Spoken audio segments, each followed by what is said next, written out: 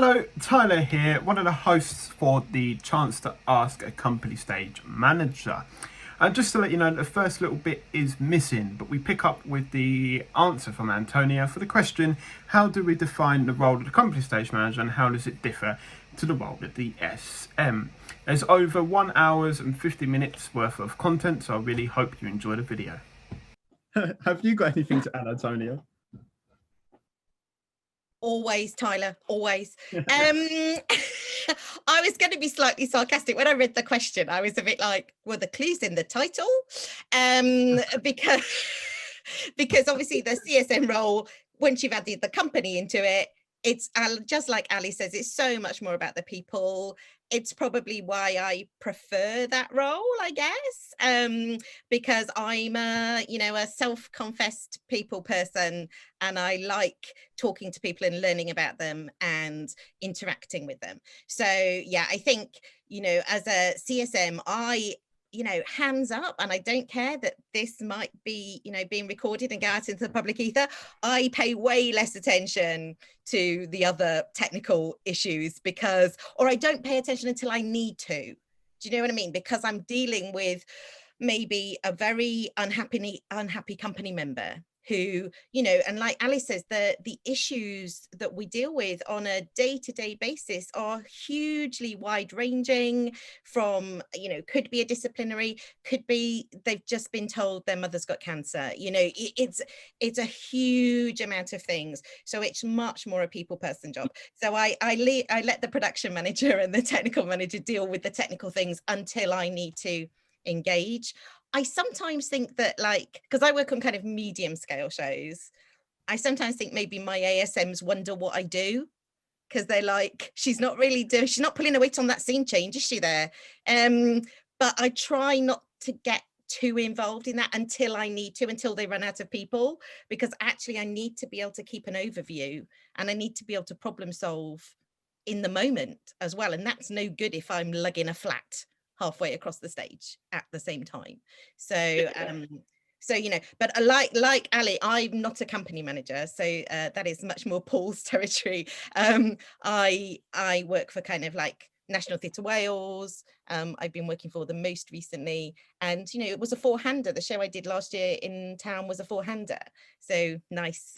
That's just talking to people, really, making sure they're all right. Lots and lots of company welfare action and trips to expensive doctors, but I wasn't paid for that time. And Paul, have you got anything else to add?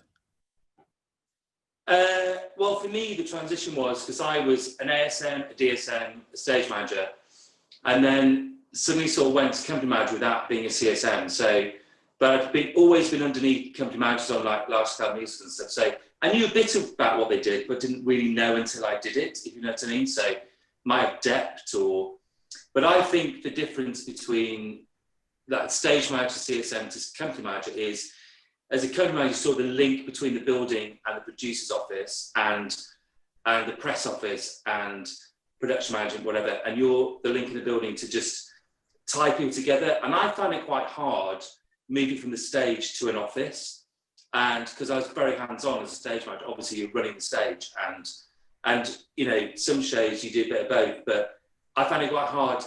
I found it really hard not to be on stage. And I tell, if I work on a show, going, please feel free to stage manager to tell me to bug off, you know what I mean? If I hang around too much. It's just that I want to sort of, I don't get involved, don't get me wrong, I would never dream of telling anyone to do, tell them what to do. It's their domain. But it's very hard suddenly having a stage management team under you. They're very capable. And, and all the other teams that you have, automation, whatever, wardrobe, wigs, whatever, on a large scale show, but and they all come to you, but it's been that link in the building, and it's all about people. That's what it is. I'm now a bit older, it's 50 last month, so now I'm feeling that I'm loving that part of my job now, where it's about people, making sure people are happy and they're provided for and they've got support if they need it. And because, especially touring a large show, if you're, I don't know, say Billy Elliot, for example, where we had 120 people on the road and children, throwing that in the mix as well, which we've all dealt with. But that was the biggest show for me, with touring 30 children was extraordinary, and all that comes with that. And you actually do need because I always thought, why do you need a company manager as well? You actually do. And I understand that now.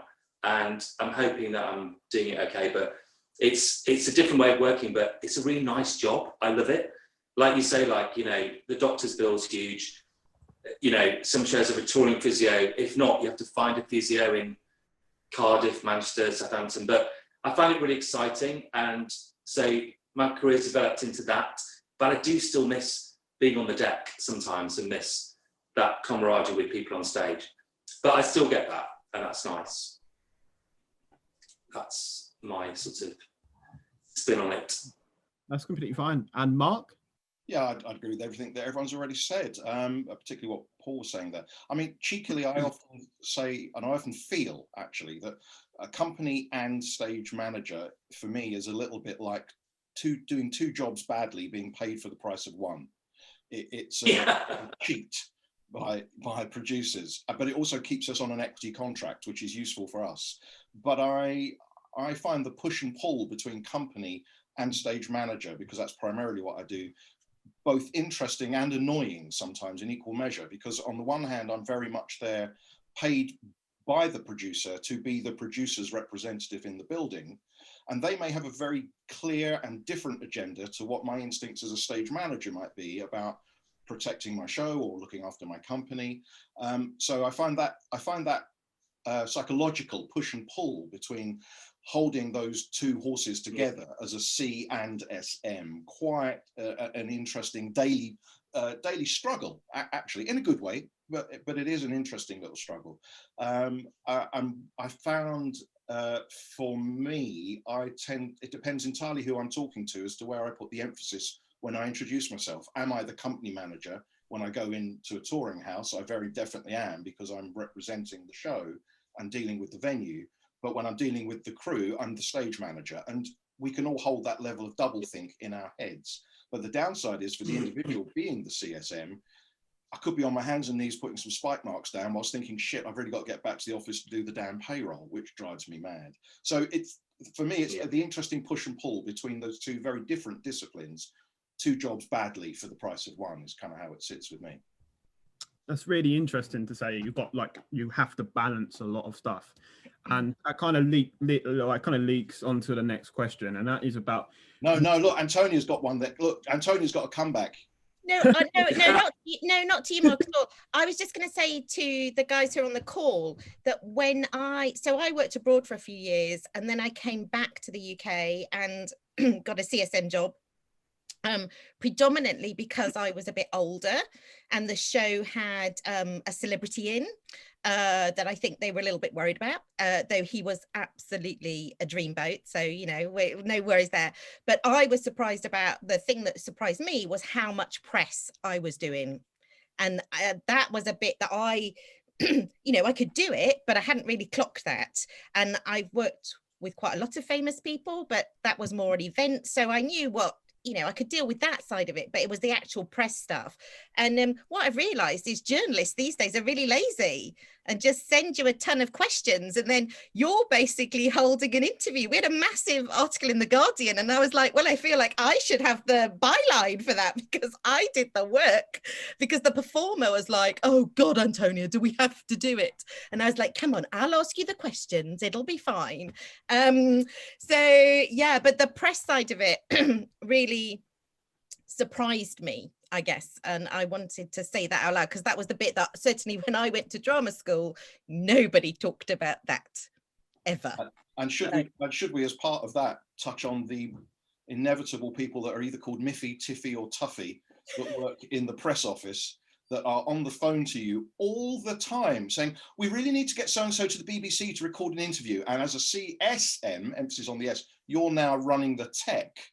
Yeah, I can't talk to you now. No, but it's a vital. We're on a deadline. Miffy gets very cross about this whilst you're trying to put on a show. So, you know.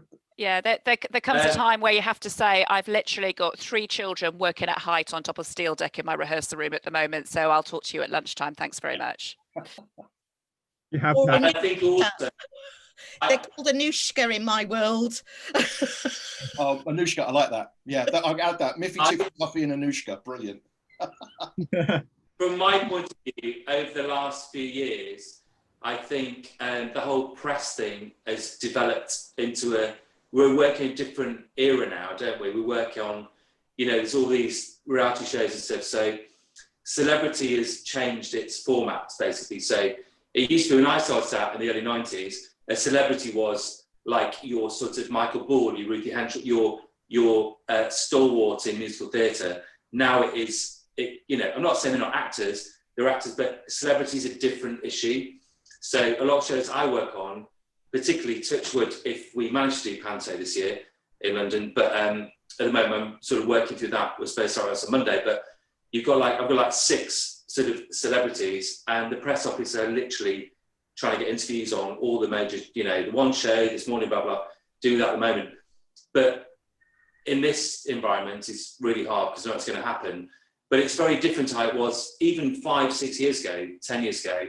You didn't really have that. And I think that's another pressure on us, because we get that, you have your press officer, or we've got a comms company that deals with whatever, but they're constantly on the phone, like you say, literally and you're trying to, schedule that into your daily call, where obviously the director wants an rehearsal room, but then, and you have to go, can you curb your lunch hour to do 20 minutes live, Zoom to whatever, or live radio interview, or can you stay for an hour after rehearsal, or you have to negotiate all this stuff, which is all for the good of the show, because it sells the show and everything, but it's another thing we have to deal with. And I think particularly more, as a company manager, it's easy for me because I'm out of the office, but I think when you're a CSM, which I've done a few times, it's hard because you're trying to be on stage, and then you're like, your mobile's going in your pocket, you're trying to do something technical and run a tech, and then you're trying to fit in and slot in all this press stuff, which is really important. But sometimes I go, is it really? It's like the show must take priority, and then if we can fit stuff around it, that's great. So I've no qualm in going, actually right now, this isn't the time, or we'll try and fit it in another time. But, but I do think this sort of, the press thing is a massive thing. And it's something we weren't taught. So you learn it as you go along. You pick up stuff from working on different shows and working with different people. I've learned from whatever I've done in my career, but I think I worked in TV for a bit, which helped me a bit. I was more aware of those people in that environment, but it's still tricky sometimes, and you just have to be strong and go, actually not right now. It's not the time. Or, I'm glad we're talking about this. And also to protect those artists as well that are working really long hours. And I think it's about, because they're told to say yes, and you go, actually, they need a break. They need to not do that today or whatever. And you also you get a sense as well of which press is not going to go down well with those artists as well. When you find out what the call time is for going on Sunday brunch, and know what your actor's been going through in the rehearsal room all week, you find yourself warning PR or warning marketing. Don't count on this. I think you're going to get a last minute rejection. I think they're saying yes now, but you're going to get a last minute rejection on this. It's when they want to go on BBC Breakfast at 6 a.m. when it's press night. It's like, no. It's like, in Manchester. I cannot repeat to you what the retort was when we had a request to do an interview for the Daily Mail. So would you say that was the most challenging? Please do not swear. That's all I'll say. So would you say that's probably one of the most challenging aspects? Because the next question is all about your favourite aspects of being a company stage manager, but what are the most challenging? So I'm guessing press is probably up there, right? I really like the press and marketing stuff there. That's one of the things that I think gives me so much variety in the job that I didn't have as a stage manager or a DSM. I like the wider picture. So I love going down to the one show this morning. I love accompanying them, and on Joseph last summer, I had to take Joseph's coat home because they didn't want to transport it because it cost £15,000. So it laid next to my bed because I didn't want my dog to wee on it in the night in the living room and take it to studio in the morning, because I didn't want wardrobe to have to go there at, stupid o'clock to camera test it. But I love all that camp, and it's great. And I love that camp and all that, but sometimes they ask a bit too much. But then you schedule it, it's fine, it's a conversation, but it's a great thing, and it's a nice aspect of the job, don't get me wrong, I love it. I was just going to say, definitely one thing that is a challenge about it is persuading people to do press that they don't want to do because of their own personal views. So like Antonia mentioned the Daily Mail there. Sometimes you're saying to somebody, I know you don't like the Mail, I know you don't like the Telegraph, but our audience do, and we don't have enough of them booking at the moment. So, you know, sometimes they'll say to you, okay, will it sell tickets? Well, it will sell tickets to our target audience, yes. I think it was Paul picked up on it earlier though about the press stuff. It's the fact that we weren't trained in it, so you're kind of learning it as you go, and it's very different now. You know, social media is very different, the whole press world is very different. But it is that trade-off between trying to look after your performers, because that's our job, is to put them in the best possible headspace that they can deliver the best possible performance and sell tickets, you know, and sometimes there is a friction between those two things. I'd like to put in the naughty corner. I feel like we're in room 101 now. Also, the development team. Because, some of the challenges there, you know, I did the same show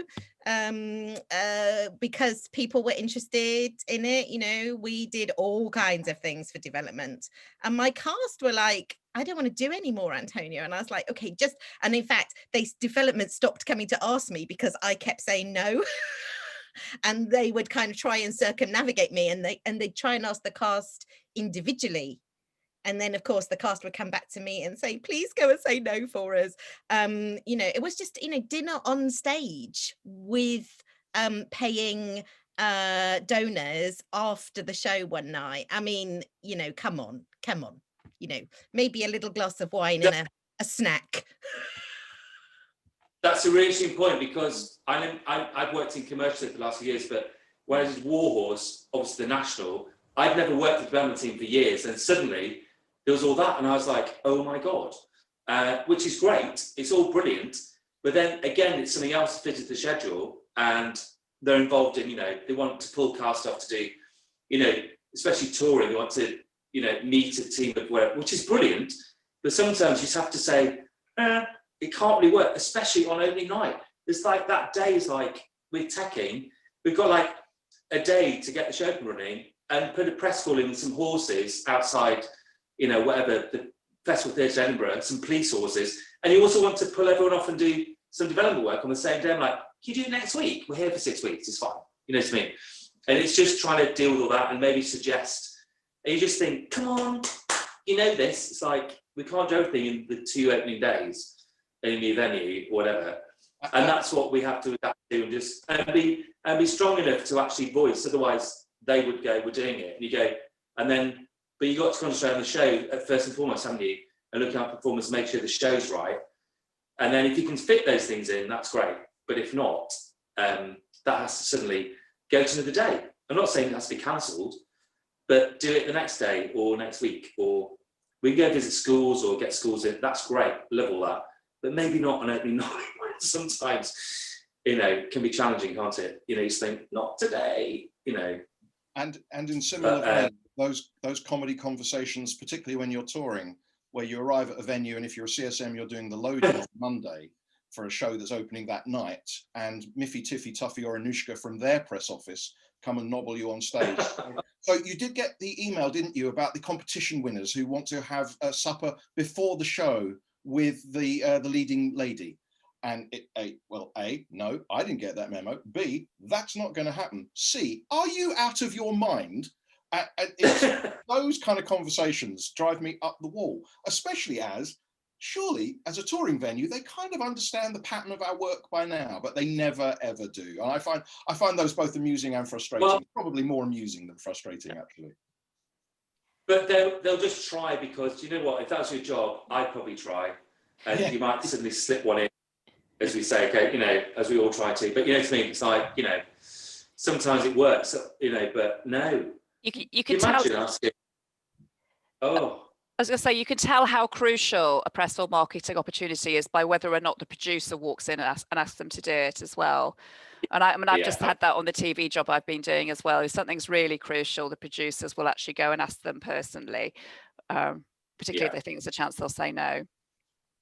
Shall I do a positive, Tyler? Yeah, no, go. What's your favourite aspect? I like we said before, but just the people, you get to meet so many people, and I do love being in the inner sanctum of it, especially when you're creating something really magical. I mean, I never wanted to be a performer. That was never my bag. No. And I'm absolutely in awe of when you work with performers who are at the top of their game. And it's such a joy to watch a brilliant actor act brilliantly and be part of that, and have audience members write to them and leave them little notes just saying how the piece has affected their life and all of that. I just love all of that, and I like solving problems, and I like solving problems for people I like and appreciate what you're doing for them. It's not always like that. Absolutely, we all know that. God, my phone is going nuts. I live in an apartment. I live in an apartment block, and the front door buzzer is not working. People, it's a trauma. Yes, just calm down. But yeah, I mean, it's not always like that at all. I've been shouted at on many an occasion when it wasn't my fault. But that's what we do. But when they're lovely and joyous, and it's just glorious to get to know people. For me, that's absolutely the best aspect of it. And sometimes if we're lucky, we get to go to some really nice places as well, and get taken to dinner at really nice places. That's also part of the job. Really enjoy it. Yeah, that's good. I also love when you get lovely letters at stage door, whatever, for a show, and I love to arrange a meet and greet if I can. I do anything for, this sounds awful, I don't want to sound it in this way, but like anything for a poorly child or for a child like that, you get all those weirdos, weirdos is the right word, those enthusiastic people who love our shows, but they might not have seen the show, which annoys me. If they've seen the show, great. But I do anything to try and, help, families that have come on a special occasion and travelled miles, and they might be a wheelchair user or have a deformity or a special needs sort of thing, and it's a really big deal to them. So we go out of our way to do stuff like that. I think it's amazing. And I'd rather sometimes create time for that than other stuff, because I think it's important for people that don't really have the experience to have that experience. And, you get people at the queue to stage door to meet people and they never get there. But if they bother to write in and we can make that happen, that's amazing. And sometimes artists are a bit like, oh, when you tell the story, it's like, so-and-so's been in Great Ormond Street for 12 years and they're 14 years old. And, I love that part of my job, because it's almost like just making little dreams happen. I think and I love doing that side of it, and just going the extra mile a bit. And also not just me, but you ask the performers and they're always up for it. But rather than just a mundane, normal, like, Friends of Theatre or a, just a generic thing that normally happens. And also like, access performances, trying to do touch tours when you can. It's not always possible, especially at the moment. There's no way that can happen, but trying to do things like that, I think, are really important. Just because it should be for everybody. And I think I forget that sometimes. It's nice to be reminded. And I think it's good to make it involve as many people as we can. And I just think, and kids come to theatre that, groups of kids that have the money, and there's charities that bring kids to shows. You can do post-show discussion, even for 5 minutes, or meet and greet. It makes their day massive. And I think things like that, I go home going, oh my God, rather than deal with the mundane stuff you do every day and, worrying about so-and-so's food or what car they own home, like, oh my God, a child smile today makes me go, it's just lovely. I love all that sort of side of it as well. Whether it's commercial or, touring or wherever, it doesn't matter, does it? It's a nice thing to do, I think. And Ali, have you got anything to add? Oh, we're still talking about positives and negatives here, aren't we? I think the variety, I mean, it's talking specifically about company stage management rather than just theatre on the whole and our industry on the whole. I really like the variety of the role. I love the fact that as soon as I stopped being a DSM, became a stage manager, became a company stage manager, the whole circle of people that I was dealing with and talking with became much bigger. I really like those relationships that I have with press and marketing. I really like those relationships I have with box office and theatre management and all the people I wasn't really dealing with beforehand. I love the fact that I'm not just sitting in a seat in the rehearsal room for 3 hours at a time. My back loves the fact that I'm not doing that anymore as well. And it suits me much better as well, generally. So yes, I like the variety of the job more than anything, and I never thought I would. So for years and years I was a DSM. I was the person, like many of you might well be, at drama school who said, I want to be a DSM on West End musicals. That's what I wanted to do, and I did it, and it was great. And at the time that I was doing it, I was still maintaining that that's what I wanted to do forever. And I remember a company manager on a big show I was doing saying, you know what, you never know, it might be the making of you. You might really enjoy being a company manager. And I think she was saying that in response to the fact I was about to go on the SMA Elements of Company Management course one week.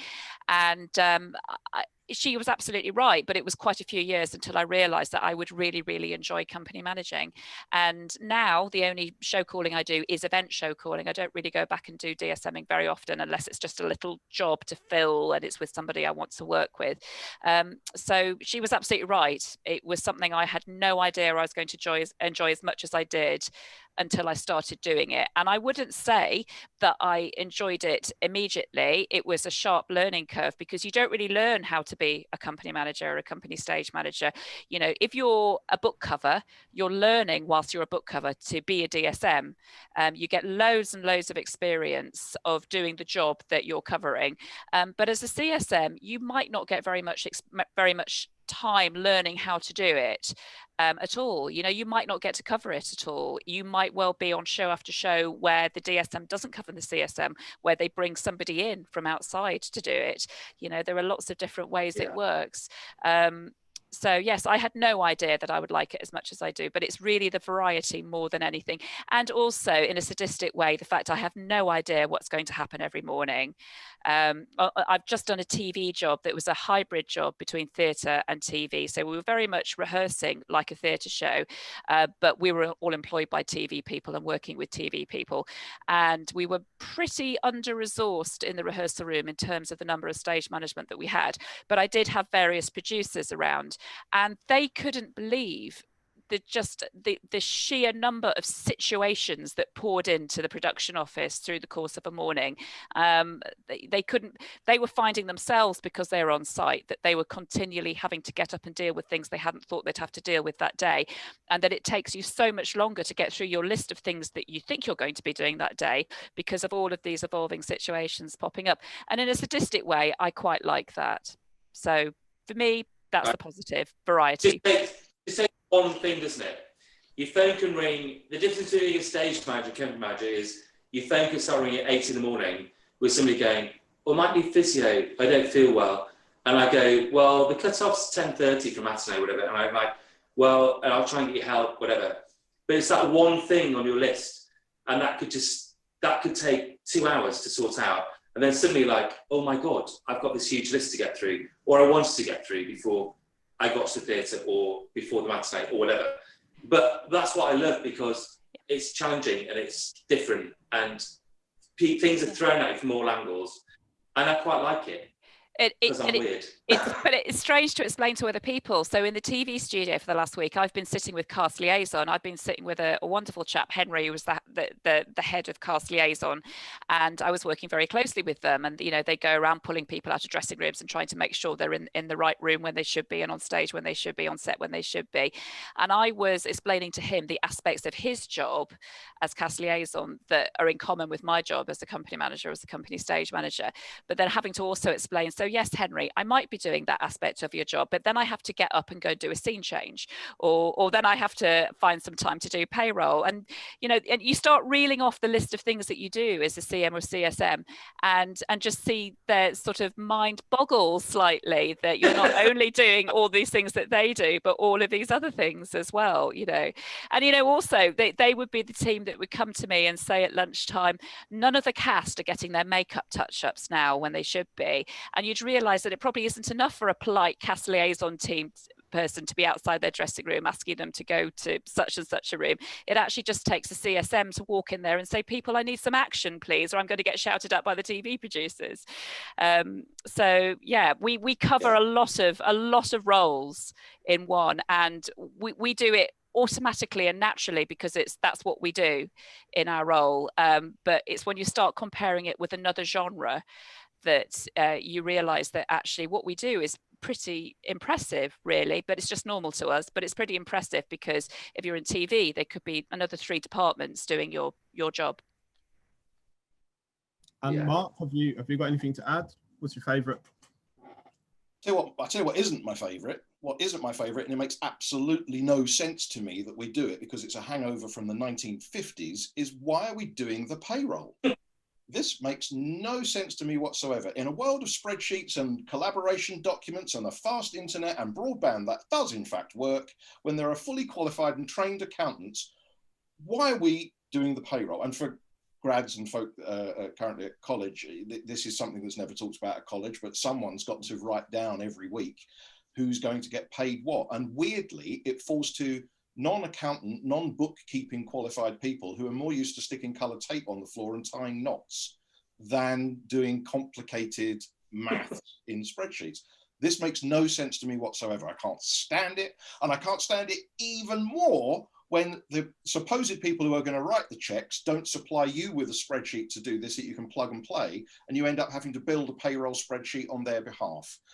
Oh, it drives me mad. And I've kind of on a few occasions either turned down work or made it conditionality of my taking the job that I will not do payroll, particularly in a CSM capacity on a big show that requires me to spend a lot of time on stage. Hate it. I can tell you that a CSM role, as a company manager, I get why we do it, and I've got more time to do it. But on large shows, I'm helped by our production accountant will work out the payroll spreadsheet before we start. So it's a spreadsheet we both understand.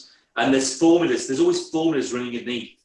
And that's what I don't get, because I can use Excel. She's 50 years old, dear. There was no computers when I was at school. So you learn it as you go along, you know what I mean? I'm very good. I can I'm 55 though, and my spreadsheets are okay, but not brilliant. Why would anyone expect us to be able to do spreadsheets? Can help out, but there's always help there. I can send it back to I might have messed up your formulas, but what I put in is right for this week. It might affect the holiday pay underneath on a different level, whatever. Not my problem. So I have that issue as well. I'm like, I do my job, I can do that, but I'm not an accountant. So I can give you the information, but then I trust you to check it's right and check if that formula's right. And especially holiday pay, working out everything. Don't get me wrong, I can do it. I think you make my argument for me, actually, Paul. It's irrespective of whether you're a company or a CSM.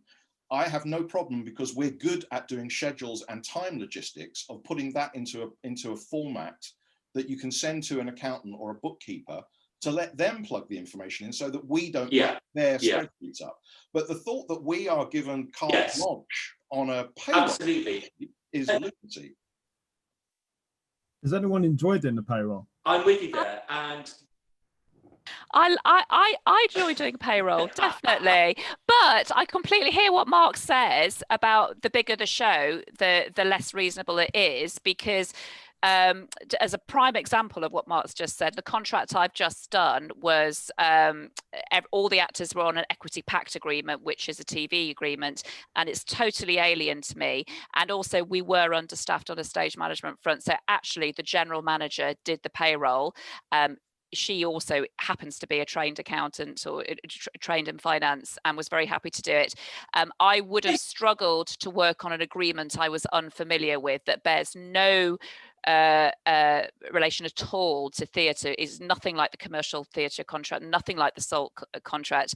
And I would have struggled to do that on top of everything else that I was doing and all the scheduling and logistics that I was doing.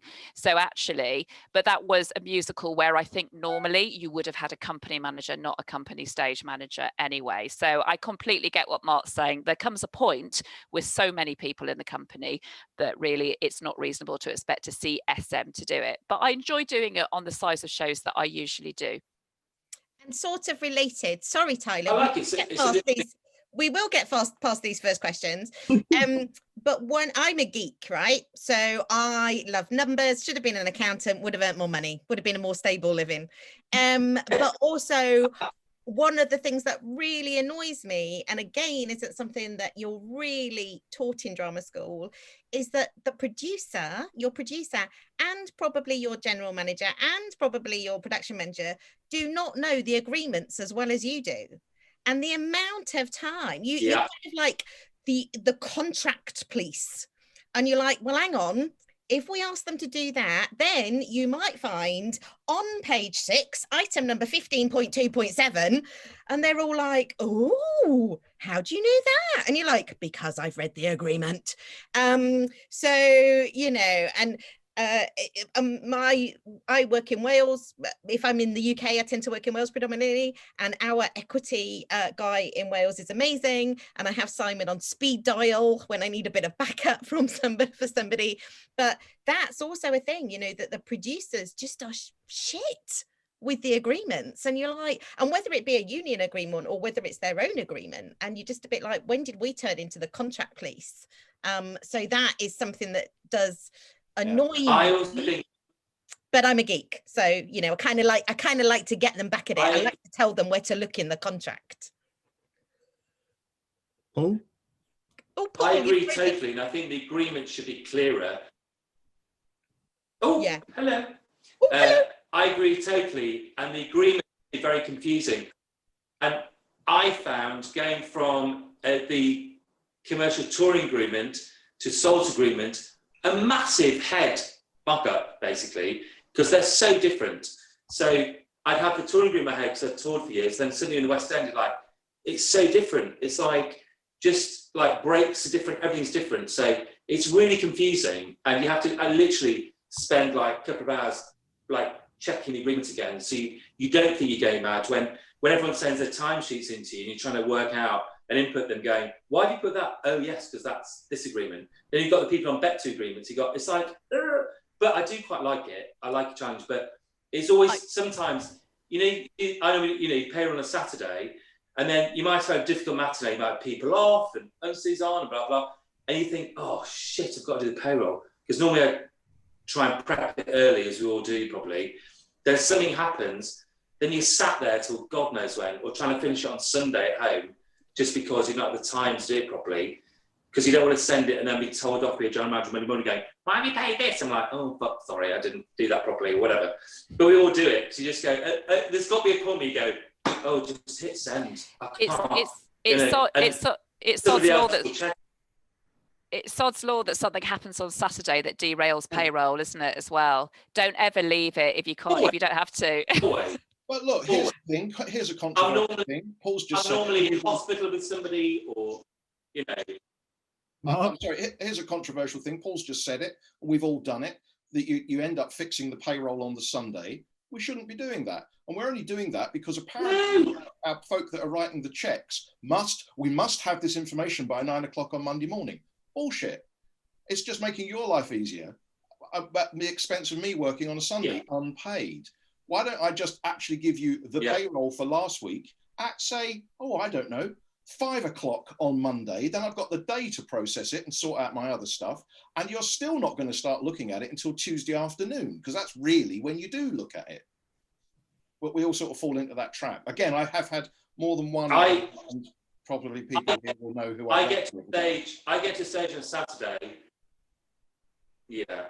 I get to stage on Saturday where I'll send the payroll and I go, the map adjustments, because there's stuff I might not know, some timesheets might be late from some departments.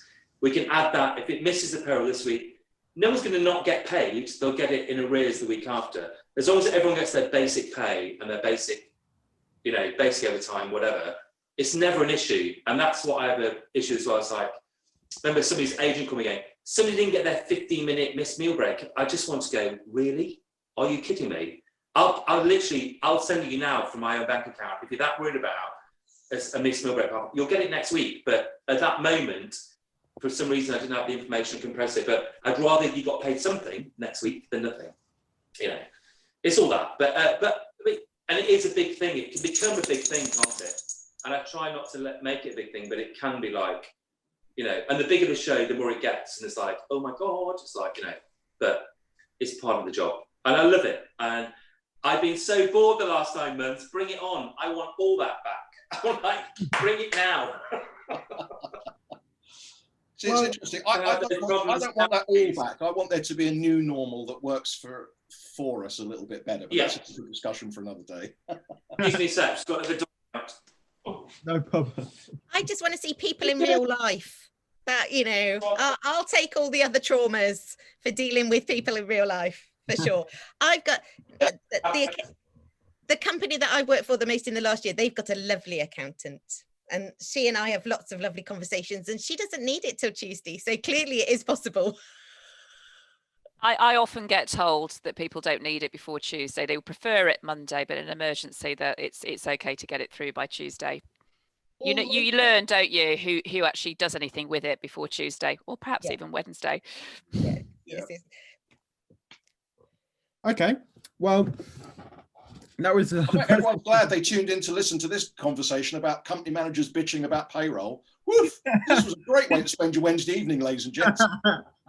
Well, I do think for people who aren't CSMs, it's really good to know where we think the pitfalls are, because, you know, like we said, you know, you're not really a CSM in college. You know, you might stage manage a show, but there's always the safety net of other people around you, and then you leave and you work as an ASM and a DSM, but you're still not really getting some of that. So I think actually this kind of unpicking of things that are actually things that we didn't know about are quite useful, I would say, personally.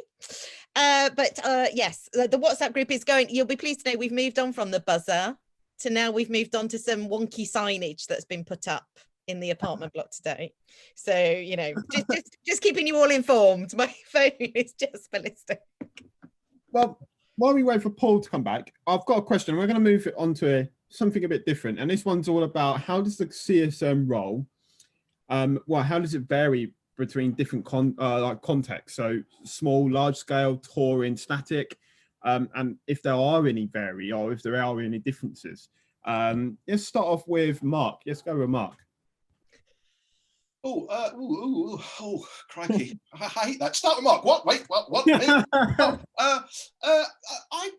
I don't know. To be honest, I don't know, because for me, my stage management kind of kung fu is I sort of see a need, fill a need, and so mostly I tour when I CSM. So I guess the biggest thing for me is it's always a different venue every week, and I like to take the view that I'm a guest in people's houses, and I like to be the most I like the venues to be the most well-informed they can possibly be about the show that I'm bringing in.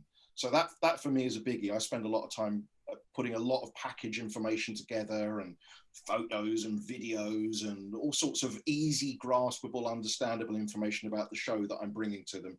And I do a lot of pre-communication generally with venues, mostly because I just don't like, as I was talking earlier, if I'm doing a fit up on a Monday, I don't like being bothered by the local PR department. I can say to them, everything you need to know is on the website link that I sent you 2 weeks ago. Have you got a notepad? I'll give you the website link again now, and you can go and look at it to your heart's desire, and it's all there.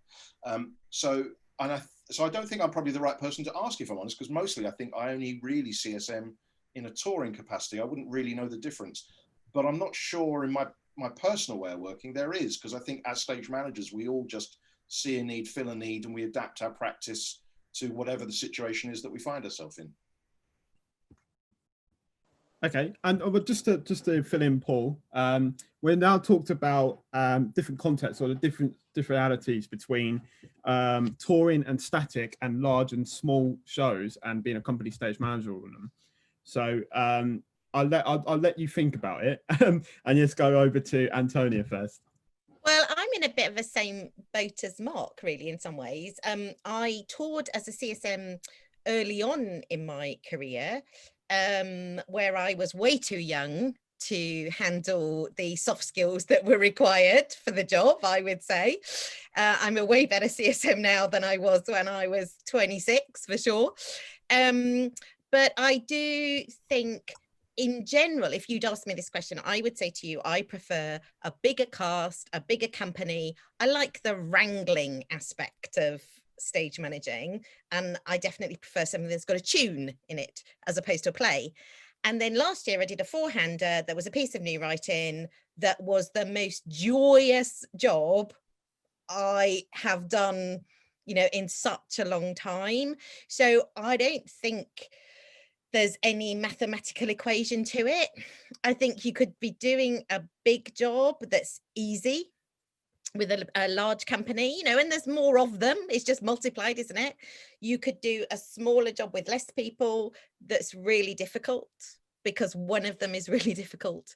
So I'm not sure there's I'm not sure the equation. Do you know what I mean? I don't know really. But what I would say is that sometimes you can really get a lot out of something that you don't necessarily expect to. And certainly that was the thing for me. I was able to actually spend time in the rehearsal room and, sit in script analysis and those kind of things, which normally I wouldn't be able to touch because my props list has got 151 items on it that we need to find. So yeah, no, I think, every job is different. Every job is different. And Ali, have you got anything to add? Well, I mean, I don't do much touring these days. I've done years and years of touring, but as a DSM, and before that an ASM, and then I kind of stopped touring within the last few years of my DSM years. Because I'd had enough of it. I loved touring when I was doing it, but my touring work isn't really as a CSM, so it's difficult to say really. I mean, I don't have the skill set to do relights, and you definitely don't want me fitting up a set or even taking it out. No. They're not my skill set, and they're not things that I do. But obviously they are things that CSMs on tour do, and I think Mark, you probably do those things, don't you? And that's in Mark's skill set, and there are other CSMs out there who are also terrific at doing those things. So I suppose that's one of the big differences. I largely now do static shows, but I will occasionally do like a pre-London or a pre-West End tour that might just be a couple of venues. I mean, I suppose in a way, if you're static somewhere for a long time, then you have to make sure you've got really good relationships with the people in that building as well. One of the bits of advice I was given by a very experienced West End company manager before I started CSMing was be very nice to box office, buy donuts for box office every week. And once I actually became a CSM, I realized why this was so important, because they are like magicians at pulling tickets out of nowhere when there are no tickets available. And when you've got a star actor in your production wanting a ticket being produced from nowhere for some other celebrity coming along, box office perform magic. Or if there's been a mix-up with tickets, if somebody thinks they've asked for tickets and they haven't asked you for tickets, and then you have to produce them like magic, it's actually your box office staff that need to produce them like magic. So donuts, or dare I say a bottle of wine for box office every now and then go a long way. So yes, if you're somewhere for a long time, then you do need to pay special attention to those relationships with people in the building, because you want to have good relations with everybody, whether it's the technical departments or round front of house. I suppose the one thing we haven't touched on, and I don't do very much work in producing houses, but I suppose one of the things that we haven't touched on is the fact that producing houses often have their own very particular ways of doing things as well. And Antonia will know a lot more about that. And I've just done the occasional job for a rep company or a producing house, but they will often have very specific ways of doing things that might be very different to how you would just go about doing things in commercial theatre. And I often find in commercial theatre, we come together as different groups of people and we find the best way to put on that particular show. But sometimes if you're going into a producing house, you might just have to do it their way, there might not be very much flexibility in how you come together to do something in what you might think is the best way for the show. It might just be that you have to slot in to another way of doing things, and that might be great and it might not be great. And Paul, have you got anything else? Oh, where do I start? I agree with relationships with other departments in whatever theatre you tour, or whether you're an long-running show in the West End, like box office massively. Like my box office boys, girls, whatever I call them, for example, the Palladium, the last 2 years of work there, without them and our relationship, my job would be really hard. They're exceptional at what they do. They get you out of holes, as was just discussed, and like theatre management, you know, your key ushers, even like the people that sell stuff at, you know, at merchandise, you know, sometimes you go, I need this, and you have to like literally go and steal something, I'll pay you later because somebody needs something in my world, whatever. Just that, you know, through the past, there was a whole different world. Our world's backstage, but as a company manager, company stage manager, you got to do with all that as well. And just, it's just everyone, you know, we all want to be nice to each other. And I think it's really important to build a relationship. When I ever arrive in a touring venue, I'll always go and meet the theatre manager, the box office manager, if I can, or finance manager, just to go hello, but name to face, and go, only problems come to me, because problems go vice versa, don't they, between backstage and front of house. But because I think sometimes you don't do that or don't have time to do it. But then if you've got a problem, then it's much more easily solved if you've said hello, taken a donut, or, you know, shared your, you know, chocolates if you've got, I don't know, just all those little things go a long way. Going back to like touring wise, I started off like really tiny, small scale touring. I went to Guildford, GSA, so I did Millstream touring, which is like a very local company in Guildford. My first show was out of, you know, me driving the van with the technical manager, and the two cars drove themselves around. And I learned so much from doing that. And then I went to, you know, did a big scale panto, then I did a really small touring show again, then the West End show. And then I was very happily as a DSM in the West End, and was sent out on the tour of that show as stage manager at the age of 24. And I was like, I'm not ready for this. I didn't, you know, I remember being held up against a wall in a bar in Liverpool because I wasn't mimicking their accent, but somebody, because I went, all right, yeah, because you just mimic accents, it's like, oh my God. And he thought I was taking the piss. And he was luckily joking, but I thought I was about to die. And it was all lovely, but you learn all these things along the way. And without that, I wouldn't be able to do what I do now, because you learn about people and all those different things you need to do. And look, we must not forget, we all do it together. The whole building, and also if we tour or being on a static show, we're guests in that building, and those people that are residents of that building, you've got to get a relationship with them as well. There's not us and them. It's the same, it's the show in that building, but we can't do without them either.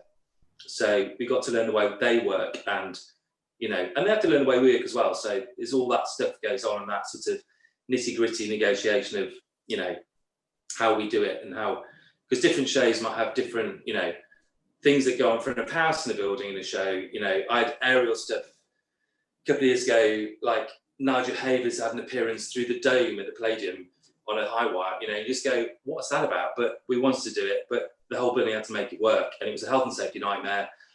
We had to have things in place in case it went wrong, to evacuate the audience, so you have to involve front of house and everything and all that, you know. So everyone has to work together, and that's what I love.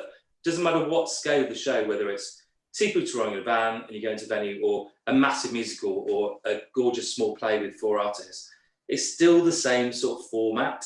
And I think you have to just appreciate everyone in the building and work together. And that's what I love. It's like meeting everyone and trying to have a laugh as well, because we can get so waylaid in all the nitty gritty and health and safety and, you know, that word, and risk assessment, and which is all we have to do, and that's all great. But if you can't have a laugh at the same time, what's the point of doing what we do, you know what I mean? And for cast-wise as well, sometimes just to remind people that we're very lucky in what we do, I think, most of the time. At the moment, not, but, you know, usually, I think, you know, I'm very lucky to have done what I've done for such a long time, and met loads of lovely people, whether they're the cleans in the building or the top turns. I don't really care, but if you have a laugh along the way, I think that's the most important thing for me anyway. Tyler, can I just add in a bit of life advice that is relevant? Yeah. Well, picking up on everything that everybody said, however annoyed you are about something, or however stressed you are, or however, unless somebody is literally about to die, politeness is king. Because like Paul said, Mark said, and Ali said, we rely on all of these people, and we might only be in their lives for a week at a time. It's no good walking up to the box office and going, right, well, I've got a problem with this. It literally does not work, and it's rude. So apart from, sounding like a bit of a granny, and in general, I try and say, a bit of my opposite advice would be, don't act like a parent when you're a CSM, because I think that's actually a disaster zone. But equally, you do need to make sure, it costs you nothing. It's nothing. If you need to walk outside, take a breath, come back in again. If somebody's about to be killed, that's a totally different scenario. Absolutely. But it's nothing to be polite to people, and it makes their day. Box office is the worst job. You get shouted at by the general public, who are very rude in general a huge amount of the time. So if you're smiley and happy and you know their name, woo, radical, you can read a name badge. Those things are really important. So but that's just a life advice. Unfortunately, knowing names is a really good thing. Knowing names is a great thing, because my memory is not great, so it takes 2 attempts. You go to meet and greet the first day, something, it's like a name will go in, not straight away with me. It depends, doesn't it? But I think it's really important to at least know a couple of people's names in each department in the building, so at least you've got a start. And also my motto, going back to just day-to-day living, is just have in the back of your mind every day, just going, we're not packing parachutes. At the end of the day, the show will happen at some point. It always does. It might not go up at 7:30, it might go up at 7:45, where there's a drama, but we'll get there on that first day, whatever. But at the end of the day, we're not saving lives, we sort of are. That's what we do day to day, but I think it's important to just try and just go, this is it's not just a job, it's a very important job, but just take that pressure off yourself and go, it will happen and we need to sort things out. But my motto, not packing parachutes, only because my parents jumped out of a plane for a charity thing a few years ago, and I just thought, oh my God, my parents in parachutes. And I was like, at least I didn't pack the parachutes, because at least I'm not responsible for that time. So I sort of relate that to my job, and that's why I get through it a little bit. If I have a bad day. I think an advantage as well is that an awful lot of us have spent this pandemic actually working in customer service. So I think a lot of us have actually got used to treating people very well. Well, I think we do it anyway, but we've got very used to calming fires and getting the best out of people. Yeah, absolutely. I'm gonna pass over to Kiera. She's gonna ask her a couple of questions now. So yeah, Kiera. So our next question is, how do you see the future? Do students and graduates need to focus more time on establishing a more diverse skill set and building up the technical knowledge? I'll go first while the others are thinking. So most of you, some of you know, for 15 years, I headed up the master's programme at the Royal Welsh College of Music and Drama. And then I taught in Hong Kong, and then I taught in America for 9 months. And I think, and as a graduate, as a student, getting an all-round education is absolutely vital. It's not that you're going to go and do that job. It just gives you a better understanding of what that other person is going through. And also, you never know. You literally, never know. It was interesting. Ali said earlier that she couldn't do a relight, and I had a kind of flashback to doing a relight. Didn't say I couldn't do it. I said I don't do them. It's not my skill. It's not my skill set. I'm not saying I couldn't do it. I'm saying I don't do it. At a push, she could. Of course, she could. But I had a flashback to doing a relight once somewhere. I can't see the venue now for love nor money, but because the production electrician was stuck on a train somewhere many years ago, and a lot of stage management have to have some sound knowledge now. Everybody should know how to plot in QLab. So I just think having an understanding, I don't think you should be an expert at all, but take all of those classes with some good grace. Don't moan about them, knowing that it might provide that one bit of useful information later on. I just think nobody knows what they're going to do in their career. So just soak it all up. Yeah. The funny thing on my thing for me is years ago, I did a bit of everything. So I knew a bit about sound, a bit about lighting, but 25 whatever years later on, every term has changed. Every light's got a different name. Every light's now a computer. So I rely on my teams and everything, but it's quite interesting as working now as, say, on a company manager show now, the younger people sometimes maybe just don't believe you've actually ever worked on the stage. So it's quite interesting sometimes to go, you can't pull the wool over because I've been, not saying been there, done that, I've stage managed a show. I might know the actual terminology now. I can't tell you what that light's called, or I wouldn't be able to mix that desk out front because it's ridiculous to what it, but the basic principles are there, but I know what needs to be done. So it's quite interesting that people go, oh, doing this. I'm like, yeah. And you go, well, I know what you're talking about. I couldn't tell you the name of that, whatever, but I sort of dealt with that in my own way years ago because they just see you in a different thing. And I find that weird sometimes when you've got, maybe lighting or sound or an automation person. And I try and keep up to date as much as I can, but you can't, because you're not doing it. I couldn't operate that lighting desk or that sound desk, but I have sort of done it years ago. So they can't pull the wool over your eyes a bit, and they, but I find that quite interesting. And I quite like it because they get a bit cheeky, and I get sort of cheeky back going, don't give me some nonsense back. It's like, it's a problem, like, when some electrician turns up and tells you there's a problem because we didn't order the 2 megahertz intake valve that we need, and you kind of go, I just cheat and I just have a few stock phrases up my sleeve that I trot out if I need to look like I know what I'm talking about, and hopefully I don't get found out. Oh, no DMX Terminator. Exactly. And my retort is the problem. I go, well, maybe I won't just input the payroll as well this weekend, and suddenly it's sorted. You know what I mean? It's like, or do you just need a bit more petty cash? Okay, it's fine. We'll sort it then.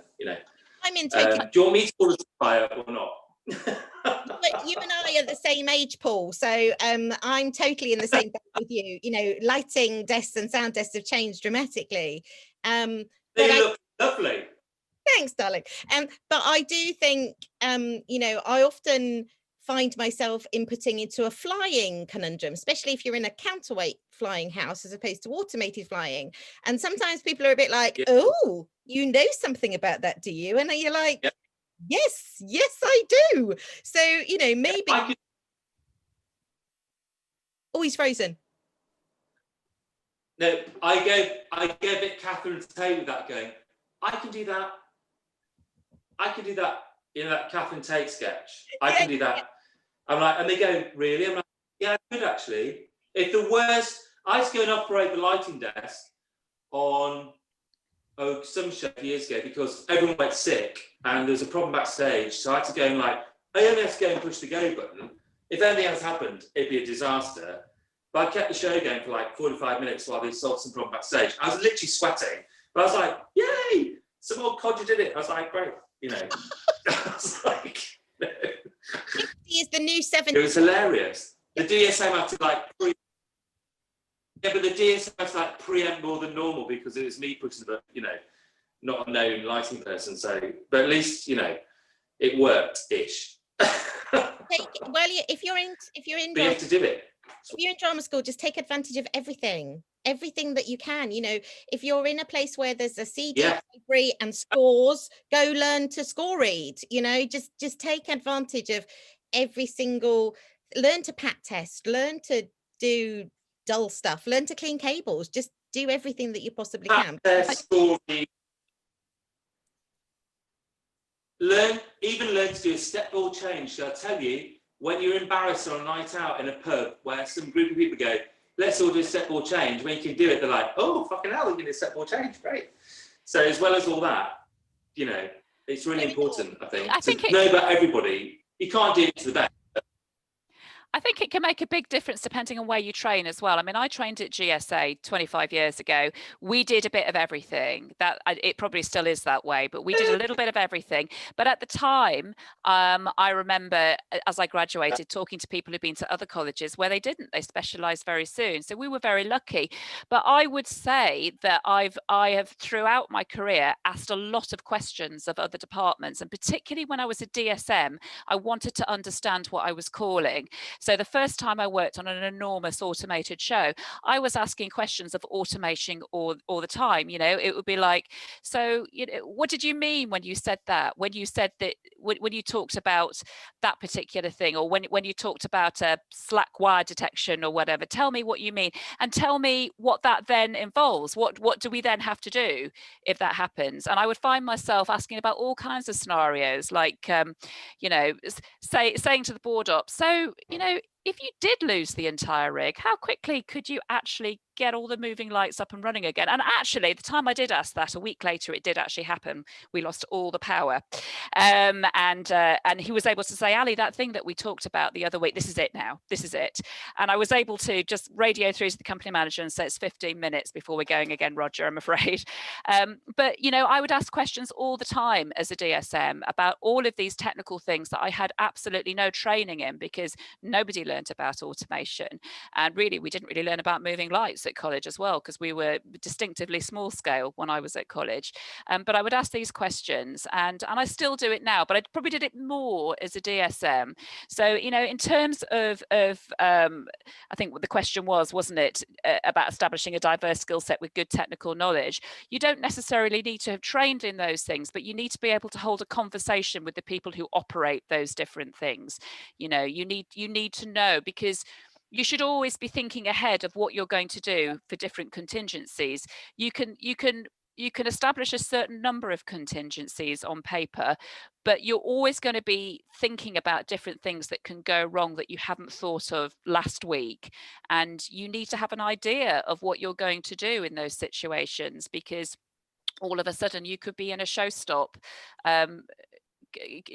coming up with your next steps forward. So ask the questions. And I generally have found that technical people like automation and other departments all love talking about their subject. They love talking about their knowledge and their work, and they want to tell you, they want to explain it to you. They're thrilled that you're asking. And you also need to ask these questions, because you need to be able to explain to general management a show stop and why it happened in words that they understand in the office as well. Careful, Ali, I'm married to a sound designer. I don't know what you're implying at all, but I do feel like I understand more about sound just by osmosis. Yeah. Kiera, can I speak to the question? I think it's But a going back really to good that, question. I think the certainly when I trained on at Central back in the mid '80s, and it was a generalist course. So we generally learnt a bit of everything, which is to say that, you know, back in the mid '80s, a bit like Bouch, I could rig a light, I could do a lighting design, I could put a show reel together, I could do all that sort of stuff, right? I couldn't now because the technology's moved on. But I think what's interesting, for you guys that are at college at the moment, or recent graduates, there has been a move, because of the way degrees work, to specialize and streamline you.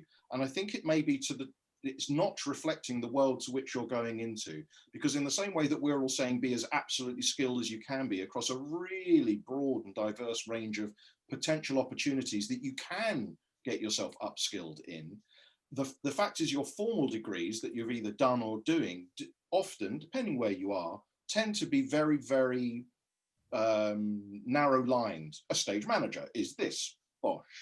And certainly in the great pause, with the amount of time that we've all had on our side, there's absolutely no reason at all now that everyone at the very least hasn't got their software skills up to speed, because you can do that in your bedroom on your laptop. You know, at the very least, everyone by now should be fantastic on Excel, and wouldn't, you know, and AutoCAD as a student, you can get it, learn it. It's going to make marking out damn so easier.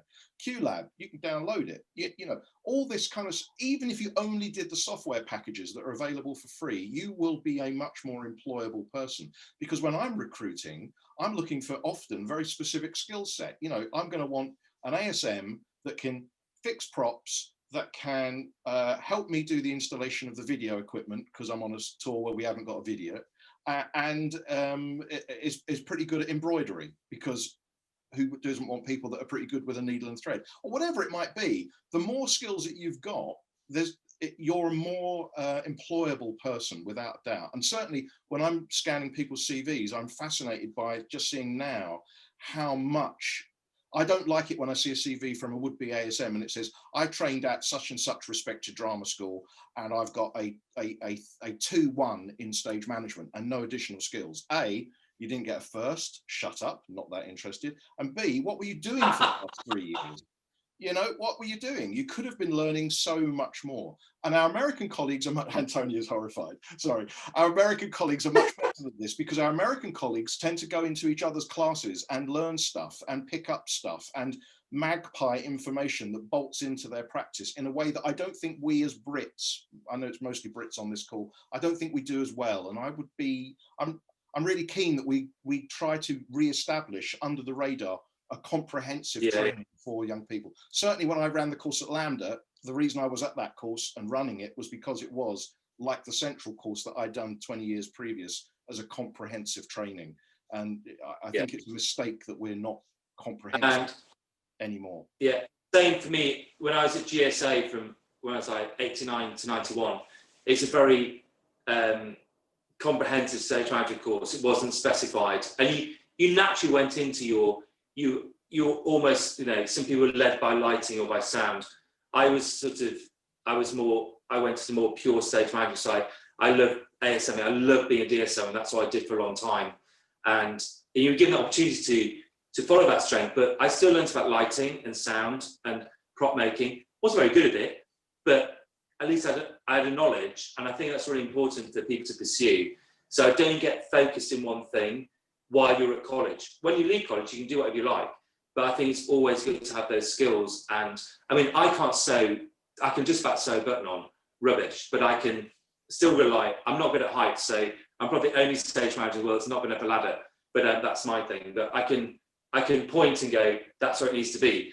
But everything else I can do, I can schedule, I can do, but I could, you know, it's just, I think it's absorbing everything. While you're in education, you're there to absorb everything. And if you can, like you say, go, there's a class going next door and you're interested in, go and join it, or if you're allowed or whatever. Just try and learn about everything and learn about actors and what they do, and dancers and choreographers and directors, and because you need those skills as well to understand how they work, helps you. So you're not fighting against each other when you come to, you know, fighting in a good way, you know, say scheduling or running a rehearsal or whatever. I think it's really important everyone understands each other. I do worry, this courses seem to be more specific now. And I just think if you've got the opportunity to learn about somebody else's department or whatever you want to call it, then try and do that. I think it's really important.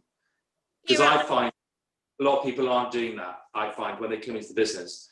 Or they want to get into a very specific area, like you just want to go into the West End, or you just want to do massive tours, or just existing shows. I just think you learn so much more from, yes, that as well. I'm not saying that's wrong to do, but I think it's important to do a bit of everything.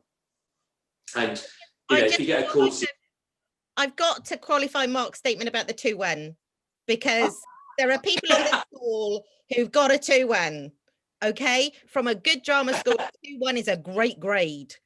Do not let Mark Shayle tell you anything else. Okay. I was being slightly flippant for comic effect, Antonia. I know, but you might have really most people caught the gist of that. You might really worry people. So I feel like in the, you know, Mark Shayle, Antonia Collins roadshow, I need to just explain Well, let's remember as well that a degree isn't everything. There are lots of really good drama school courses out there that are not degrees, that are 1 year, 2 years, and also there is some fantastic stage management out there who didn't train at a drama school as well. And there are some really good online training courses, Ali. Anyway, no, I just felt the issue there. No, but also it just depends on how your degree is calculated. And actually, unless you're in education like I am, looking at a CV, you're not going to know that. So I know from some drama schools that somebody got a first because they could probably write a good essay and they had a dissertation. And so actually the classification is pretty irrelevant, to be honest. No, I don't even care if it was a degree or not, to be honest. So don't even put it on your CV if you're sending it to me, folks. But I do think the I core. got a diploma. I'm happy with that. But ultimately, listen, I only want to know, did people train with people I recognise as good trainers? Or if they weren't trained, what shows have they done with people that I know, so that I know they are going to be twice as good as someone that was trained, because they've gone through the school of hard knocks and have had to work twice as hard because they're setting out to prove themselves. So yeah, I mean, the last pinch of salt on the whole degree and qualification. It's really easy, I think, if you're a graduate now or a student now, to get really hung up on that. And I can't bear it when students are chasing the mark. Don't chase the mark. Chase the skills that you can learn to take into your CV in your industry. Nobody ever cares. Nobody cares. Ultimately, what classification? I'm more interested in, and I've had this conversation with Natalie recently, actually, when we were talking about CVs. I'm more interested in knowing what your interests are. I want to know, are you an interesting person? You know, what are you doing away from theatre? And I know this is always hotly debated. There are people out there who say, don't put your interests, don't put your hobbies on a CV. I want to see them. So now you all know, I want to know about you. Excellent. Do you know what? Do you know what got me into GSA? Was the fact my hobby was hot air ballooning, and it was the end of the day, and they were all bored, and Barry Jarvis was sat there like, oh, somebody else from the fucking Northwest is coming to, you know, audition, whatever, interview. This is 1989, and they were fascinated that I used to ground crew for hot air balloonists, and I'm sure that's why I got in. It wasn't about what I'd done in Amdram or at school or whatever. My grades weren't great. I wasn't that, you know, I got O-levels and A-levels, but it's not about that. It doesn't matter what O-levels or GCSEs is what they call now, A-levels or your diploma is. It's like, have a little interest or something different, a bit of a spark about you. It makes you stand out. Yeah. Yeah, because the thing is, if I get like 5 or 6 if I get a whole load of CVs from people with all the same skills on there and the same qualifications or equivalent qualifications, then they all kind of look the same unless there's something else to make them memorable. But if you tell me you've got a black belt in karate, then that instantly makes you quite interesting. I think great conflict resolution, wonderful. That, you know, that it's about just making yourself stand out a little bit. I mean, you know, okay, it's a bit boring if somebody just puts hobbies, reading and theatre, but sometimes people put really interesting things. And I believe that most people must have something interesting in their lives. I had someone apply to a job. Unfortunately, I wanted to recruit her, but she got snapped up somewhere else because she was fantastic. She was a semi-pro bodybuilder and boxer. I just thought, that's fantastic. How cool is that? I thought, when we go to Liverpool Empire and we're having a tricky loadout, she's going to be the girl to have on my team. That's going to be great. But also, that's somebody who's really shown that they can stick to something, because you've got to train to do that. You can't just become a bodybuilder and a boxer. That takes some time. Yeah. Yeah. She was very cool. Yeah. It's like if I read CV and it's got wine tasting, I'm like, yeah, you're going to work well with me. It's great. It's all. You fit right in. This ties really well. Nice cheese and wine evening, great. Our next section is actually hiring and CVs and cover letters. So how much are you involved in the hiring process as company managers and CSMs? Shall we start with Ali? Hopefully a lot of the process, but it doesn't always work that way. I would say in an ideal world, I am definitely involved with hiring the ASMs. And it's nice if I get some say in the DSM, but often a DSM is suggested by the director. what's quite, I mean, that happens a lot, and that's often very good, because then you know you've got somebody, that director has a good relationship. What is quite nice is if you still have the chance to have a little bit of input there as well, so that you know you can assess the wider team that's being recruited, and that you've got a good balance there in terms of personalities of people who are going to work well together. I have sometimes been on shows where I am just presented with the team because they're people that general management wanted to put in. Sometimes that's great, and you work with some people that you've not worked before, and it works out really well. Sometimes it can be more difficult because whoever's put them in place knows them all from different shows for different reasons, but they just might not be your idea of the perfect team for that particular project. So what's nice is if I have certainly input into the ASMs and a little bit of input into the DSM, although, as I say, that often comes via the director. So I get sent a lot of CVs from would-be DSMs, and I'm often not able to necessarily do that much with them because, as I say, the director will have their choice of DSM. But with ASMs, I would hope that I would get to choose the ASMs. And that's often me and the general manager interviewing them. There's often a couple of us doing that, maybe the production manager as well. But yes, in an ideal world, ASMs are the people that I am hiring for sure. Excellent. Anyone else got anything they want to jump in with? Antonia. Well, I'm in this exactly the same boat as Ali. What she just said then, I could have said word for word. But I do think that's one of the biggest challenges in our industry, because my default setting, probably like everybody else on this call, is to fall back on the people that you work with well. And you're often accused of having favorites. That's certainly something that I've heard that people have said to me, you know, oh, well, she's your favorite, isn't she? So, and I'm like, no, we work really well together. We complement each other, but it's certainly something that we need to work harder for sure, because I would always, you know, if you say, oh, Antonia, pick your dream team, you know, you're going to do a big outdoor event, 10 people, away you go. I'm like that. Oh, yes, right. Well, I'll take so. Of course we do. It's what everybody does.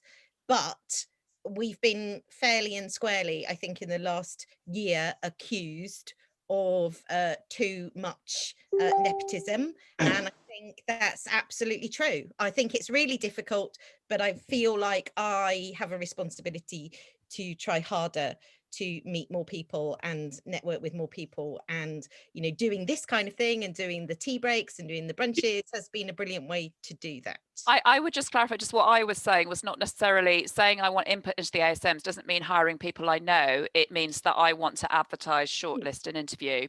So I would say over the last couple of years, all the ASMs and the DSMs I've had when I've been able to do that have all been people I've not worked with before. And they've all been absolutely the best people for the job out of the people that applied for the job and that we shortlisted. And that includes, you know, a year ago, hiring somebody straight out of college onto a West End show because they were the right person at the time for that job. I would say a lot of the time I'm not hiring people I know, but I am actually having a say in who I hire. So I just would clarify that. Yeah, I mean, I think I'm not as, you know, noble as you. I think I have, you know, genuinely, you know, because the production manager said to you, you know, oh, who do you want as the ASM on this? And I've been like, oh, can I have so and so, because they're amazing and they fit really well with me. But Mark and I talked the other week about a Rose Bruford student who I got given as a DSM on a show, and I was like, oh dear God, really? She was still a student and she was amazing and wonderful, and I can't wait to see where her career takes her. But I'm just very conscious of it, and the fact that I need to make sure that I'm not always doing that is my, yeah, you can have the halo, Ali, for being No, not at all, not at all. I mean, you know, often people I've worked with outgrow me because they want to go off and tour with Wicked, so they don't want to come and work on a West End play with me because they want to go and do a large musical, or they want to go off around Europe or something, so I don't get to do that. Actually, can I throw my hat into the ring? Because I absolutely understand what you're saying, Antonia, when the production manager says to you, who do you want to work with? And I do exactly what Ali was saying. I say, well, let's advertise, let's recruit, let's see who's on the free list. Because I sort of consciously some years ago took a decision that I didn't want to just be working with my mates all the time. I wanted to be creating a larger network, and I wanted to see who was out there. And I sort of, in doing active recruitment and active interviewing, I think you have a much better chance of bubbling the right team together, because you're putting a level of intellectual horsepower into the process. It's really easy to kind of just phone up your mate and say, are you free? Do you want to come on this gig I'm doing for a few months? But I've consciously stopped doing that. When I consciously stopped doing it when I was production managing more, actually, mostly because I was just getting inundated with people, you know, writing cold call, have you got a job letters? And I just thought, well, I can't keep ignoring these. This is wrong. So I set up a file and I have it there. And when I'm recruiting, I'll try and go back to that file of people I haven't met, just to kind of keep meeting them if I can. I think it's really difficult though, Mark, because I got given an ASM. I didn't train her. I didn't know her, though she was an ex-Welsh College student, and she and I just fit well together. Yeah. All the things I'm rubbish at, you know, oh dear God, please don't try and make my computer, you know, please sort my computer printing to that bloody Wi-Fi printer in the corner, you know, all the things that drive me insane, she's really good at. And because of the scale of work we've been doing together, you've got to be a great prop maker, you got to be good with props and maintain things. So you know, I didn't know her, but if you said to me pick an ASM, I'd say, oh, can I have her please? Sure. So that's human nature, isn't it? I completely get it. I do completely. Yeah, and sometimes you need someone so quickly that it does need to be somebody that you're pulling out of the hat like that. That definitely does happen. Yeah. And you know, and like at the moment things are quite difficult because so many people have moved. If you're doing work in London, so many people have moved out of London at the moment. So you know, you might need somebody very quickly and they're not available to you, they're not local anymore. Also, a lot of people have taken on non-theatre jobs and are not prepared to let even a lowly paid non-theatre job go for a 5-week contract in theatre. So yeah, sometimes you do just need to call on someone you know. Paul, have you I got think, anything? for me, for example, like until about 4 years ago, not dream team, but I'd work with more familiar people, and then I worked on larger scale touring where I was company manager with a big stage manager team beneath it. So I worked very hard with the general manager to actually employ a stage manager, who then it was their job to employ their team. So they might have a DSM they work with, and then they'd employ the 3, 4 or 5 ASMs they had on the tour, more if you needed it, with rehearsals and stuff, which was totally new to me. And I found that not hard, but not being directly, you know, because I was like, oh, I know, I want that ASM, or want that, you know. I was like, oh, I had to stand back and go, it's their department. And I had to realise that I wasn't the stage manager. I wasn't the company stage manager, but I'm always led by that because that's where I came from. But it was fascinating because I then met teams of people I'd never ever would have worked with before. So I was working with younger DSMs, ASMs, and people that had done shows I've never heard, you know, not worked on and stuff. And I thought it was lovely. And they, you know, I was involved in the process, but they, you know, we had an overall say, but, you know, if that stage manager wanted that DSM and those ASMs, we went with their call, and it's their call. And it was great. As long as we chose the head department well, like with the lighting department or sound department or wardrobe or wigs or automation, whatever, let head department choose their team, as long as, you know, they have no weird background, we go with it. But and I think that's the difference, you know, that's just on my level. And only in the last 4 years, I'm not saying that's always been my case, because normally you just work with mates, don't you? You always bump each other on different jobs, or as an ASM, be like, oh, we're back on this job together, or whatever. But what I love is that there are people, you know, I think in commercial theatre in particular, there is, that's the way things sort of more, they're done now, like the stage might choose their team or the HOD. And I quite like the fact they've got that flexibility, because at the end of the day, they're the people managing those people every day, and, you know, having to deal with all that, you know, book covers and whatever it is in stage management world. And it normally works out, and that's fine. But it's like a new way of working. For me, I just found it a different way of working. And I quite like it, actually, because A, it takes the pressure off, because you've not gone, you're not directly responsible for going, oh, they're not as, you know, whatever. It's not good, you know, to me, but all the same sort of person. But also being involved in the process, I think being in an interview room is quite interesting because I tend to pick up people's personality rather than what's hard on their CV, like what job they've done, or I'm more into, like you said, about hobbies or just what they like out of work, just to place where they're just personality-wise, really. And, you know, people express themselves more, but also I know people in an interview situation can be shy and scared. I'm not good in an interview situation. I don't like it, you know, doesn't happen very often now, but, you know, you go a bit like, you know, you tend to say silly things, or, you know, you don't say your best points, and I appreciate that people are younger in the business, but if you can get them talking about their hobbies or their interests or what spurred them to go into stage management, whether you were trained or not, then you get a bit of a picture. And I think that having that all-round sort of opinion of somebody is really nice to have. So I think it's harder now to recruit in a it's not as formatted as it used to be, as I'm trying to say. And I think that's a good thing. But it's still complicated because there will be people who go, well, I worked with them 5 years ago, I want them, I know they're good, whatever, but you've got to give people opportunity. I was given opportunity when I was really young, and I want that to continue. I want people to go, oh yeah, we'll give him a chance because he's, I don't know, I like him, or he's got a silly hobby, or I just, you know, or he just seems to get on with people well. I just think, or they're good at that, you know, I just think it can't be as clear cut as just reading a CV going, oh yeah, you're skilled in that. So I think it's really important to look at everyone's whole picture and give people a chance. If it doesn't work out that time, it doesn't work out. If it does, that might be somebody's career, you know, which I think is a nice thing. So our next question is, what do you look for in a CV or covering letter?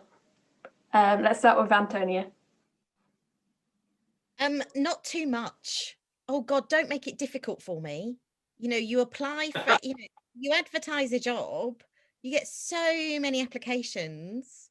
You know, I want to know if you trained, where you trained, because that tells me a lot before we've even started. I want to know directors you've worked with, because that tells me a lot. You know, I look at somebody's CV and I'll be like, oh, they survived so and so, and I'll be like, that. It's a good sign. Well, there are people that you feel like that about, Paul, aren't you? Like, oh my God, they survived that person. I'm really interested in who your references are.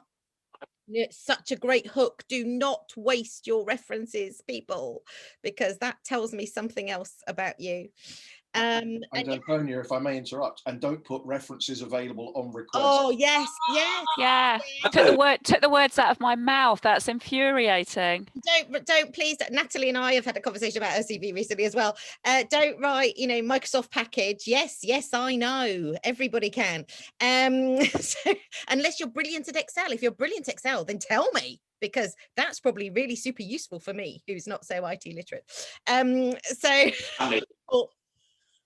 But yeah, so just tell me, you don't have to tell me a lot, and just and keep the cover letter concise, but tell me why you're suited to this particular job. So many times I see stuff that's a copy and paste, you know, that I mean, even I, she said grandly, but I have about 5 different versions of my CV.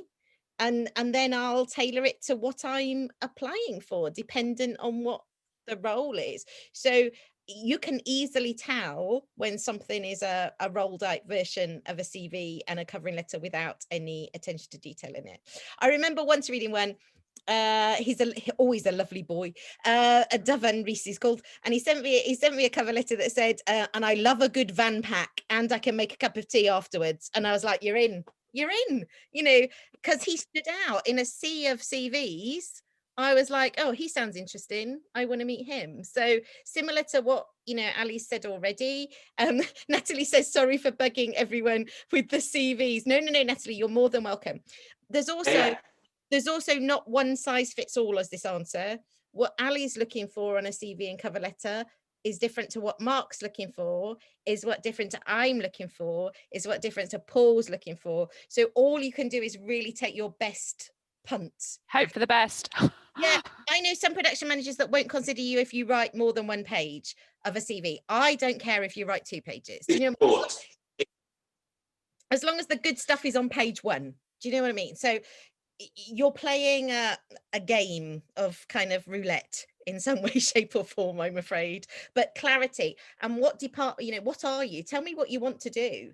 If I look at your CV and I'm confused, then that's probably not a good thing. And the same with the cover letter. But don't write an essay. Oh dear God, don't write an essay, because I do not have time. Also, particularly if you're an ASM, I think it's really important to tell us if you're more a pure ASM, as in propping, or you really want to be a book cover, or maybe potential want to be a stage manager, not particularly want DSM. That's really good to know, because you might have a team where you might have a book cover, but you want someone that's prop heavy, whatever. I think it's really good to just let you know what skills you're interested in, where you might want to go to, rather than go, I just want to be an ASM, because that is so hugely, you could be doing all sorts of things. And it's good to know if you're more, inclined to book cover, because that's where it normally falls down to, isn't it? Or good with props or prop making, and maybe you want to skip the DSM and become a stage manager, which is fine, but it's good to sort of know that as well, I think, as a sort of, so you sort of know where someone's trying to go, especially going to a long running show, or I don't know, just it's good to know where you're sort of maybe heading to. It's a good thing to put on your CV. And I was going to say, for me, and again, not necessarily for Ali, Mark and Paul, but if we've got some connection, then tell me we've got some connection. Because as good as my memory is, if you were a work placement on a show I did, 10 years ago, I might have forgotten. But if we've got a connection, then I'd kind of like to know about it. And it might play in your favour, it might not, you might have been terrible. But we've not though, have we? No, don't. Sorry. I do follow you on Twitter, so we must know somebody in common for that to have happened. Anyway, we can talk about that later. But yeah, just I want to know if we've met one another before, but somebody else might not. So again, you're always taking a punt with the person that you're writing to. Oh, but do write to that person specifically, because that's often a trick. So that's a well-known trick, that if you write "Dear Production Manager," your letter goes straight in the bin, your email goes straight in the bin. So that is, years ago, another trick used to be whether you'd sent your letter first class or second class post, but I don't think that probably exists anymore. And I used to feel sorry for those people that had got in early and posted it via second class, because I thought that was showed quite sensibility and saving money and good things. But I did know. I used to think it was quite good if your CV, when it was going by post, actually came in a little later than the others, because especially if you thought you had a good CV, so they've gone through an awful lot that look the same, and then if you think that you're particularly well qualified for that job, yours just comes in at the 11th hour, and it's like, oh, here's a good one. I did have someone once who sent me a CV that had glitter. Let's not forget it's 2020, and there are people listening to this now going, what is post? What is a stamp? Because to me, it's like everything's email, bam, bam, bam. I'm like, oh, PDF. I've had hard copy. I need a hard piece of paper in my hand. Look, I've got like my notebook making that. I need paper. I still use a weekly diary. I mean, an un-PDF CV, for God's sake. That's out the window before we've even started. Well, I suppose the problem with that is that when people are applying for jobs outside of the theatre industry, they're specifically told to do Word, and that's because they're going to recruitment agencies and recruiters who specifically ask for Word because they're feeding it through software to find keywords. So I suppose, if they followed generic advice, they've heard to use Word. And then, of course, I actually prefer PDF because then it'll read more nicely. Or whatever I open it. Marvelous, Ali, because it makes it all look really sparkly and much it does. I would rather read it in Word, but if they're taking generic advice, they're being told to submit Word CVs. I'm sure lots of people here, lots of these these people here on this call have been told to submit Word CVs. So it's difficult to know, isn't it, for them?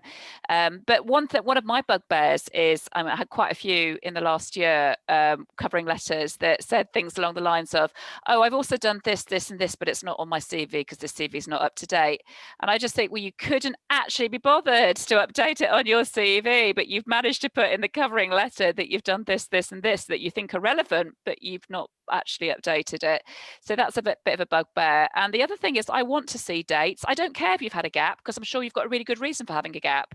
You know, you've probably got a really interesting reason for having a gap, but I'd like to see dates, because otherwise it just looks a bit peculiar that you've not put dates.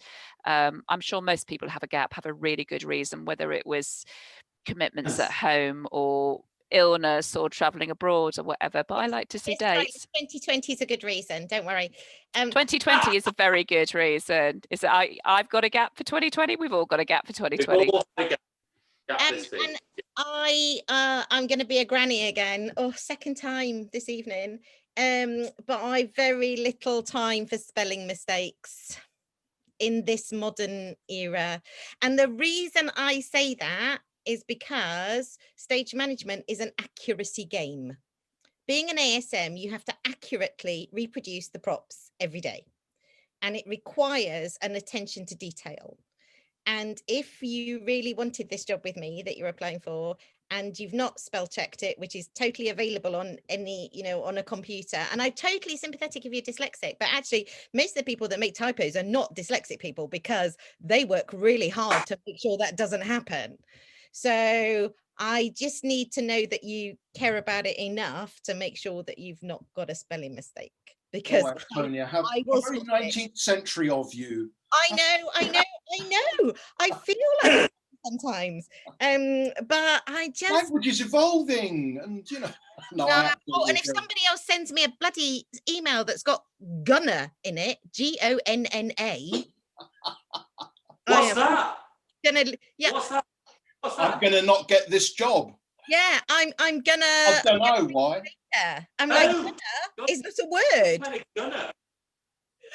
So I have to say, I think CVs are the thing we always tend to talk about, because we think that's where the most important bit is. But actually, I sort of agree in this, and I agree with what Antonia's saying about accuracy and spelling. And the cover letter is actually the hardest bit. It's always the trickiest bit. I still rubbish at them. But the thing I always laugh at is when I get a cover letter that says stuff like, I'm a passionate, committed, hardworking team player with a good sense of humour. And I sort of think, really, you were going to, I should not take that as a given. I should. Like one of the LinkedIn profiles, when LinkedIn just write words for you. That's what it sounds like. Yeah, exactly. It's like, really, you had to spell out that you were, committed to do the job that you want me to employ you for.